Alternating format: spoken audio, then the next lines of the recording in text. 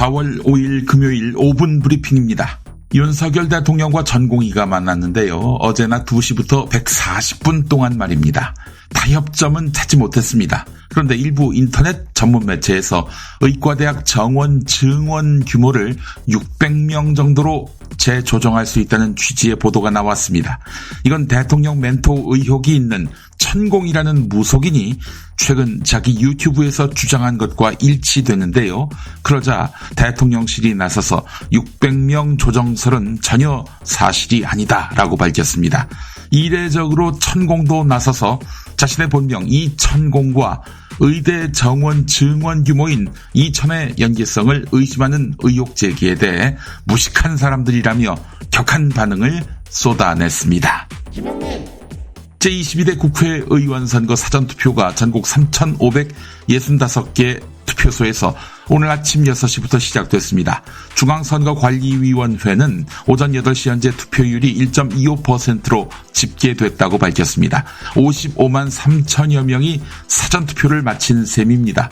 지난 21대 총선 사전투표 당시 첫날 아침 8시 투표율은 0.86%였는데요. 이때와 비교하면 이번 총선은 시작부터 사전 투표율이 매우 높습니다. 이 추이가 내일 저녁 6시까지 계속될지 주목됩니다. 만 18살 이상 유권자라면 전국 어디서든 투표할 수 있는데요. 단 주민등록증이나 운전면허증, 여권 등 신분증을 반드시 지참해야 합니다. 국민의힘 한동훈 총괄선거대책위원장은 4.10 총선 사전투표일을 하루 앞둔 어제 내일부터 사전투표장으로 나와달라라며 투표 참여를 독려했습니다. 이러는 이유는 사전투표하면 진다, 투표율 높으면 진다라는 보수층 일각의 뿌리 깊은 사전투표 불신 때문입니다. 사전투표 부정 의혹에 대해서 한동훈 위원장은 걱정 안 하시게 끝까지 철저히 감시할 것이라고 강조했습니다. 아울러 국민 여러분이 국민의힘에 주시는 한 표가 범죄자들을 응징하는 창이 되고 대한민국을 지키는 방패가 될 것이라고 말했습니다.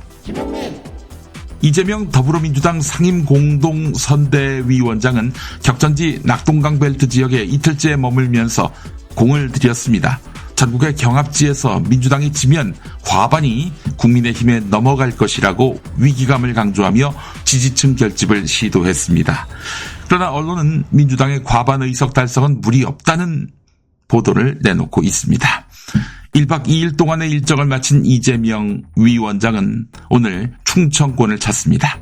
한편 여론조사 꽃에서 그동안 큰 격차로 뒤지던 부산 사상을 여론조사를 내놓았는데요.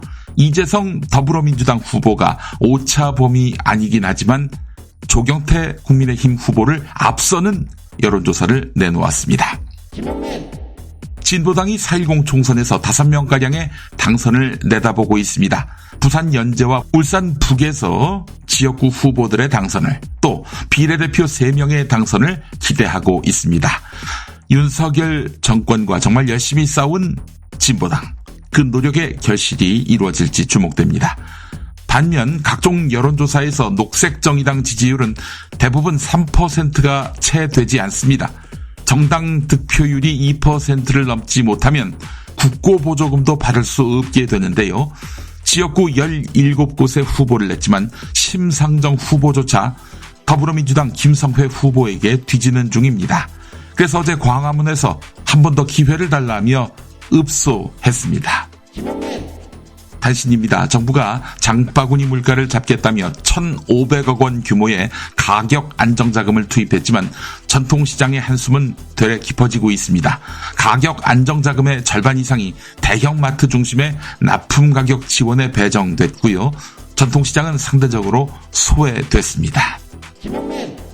제7일 안식교 교인이 로스쿨 입학 면접시험 일정을 바꿔달라고 요구했다가 거부당해 불합격하니까 소송을 냈습니다. 결과가 어떻게 됐을까요? 대법원에서 최종 승소했습니다. 종교적 신념으로 시험 일정 변경을 요구했다가 거부당한 사람이 소송 중 법원으로부터 차별을 인정받은 사례는 이번이 처음입니다. 방송통신심의위원회, 선거방송심의위원회가 MBC 뉴스데스크의 미세먼지 1 보도에 대해 관계자 징계를 의결했습니다. MBC 측은 심의 자체가 언론 탄압 요소가 있다고 항변했지만 받아들여지지 않았습니다. 법정 제재는 추후 방송사 제허가 재승인 심사에서 감점 사유가 됩니다. MBC를 없앨 수도 있다 이런 얘기인데요. 미친 듯 폭주하는 방심위입니다. 이상 5분 브리핑이었습니다.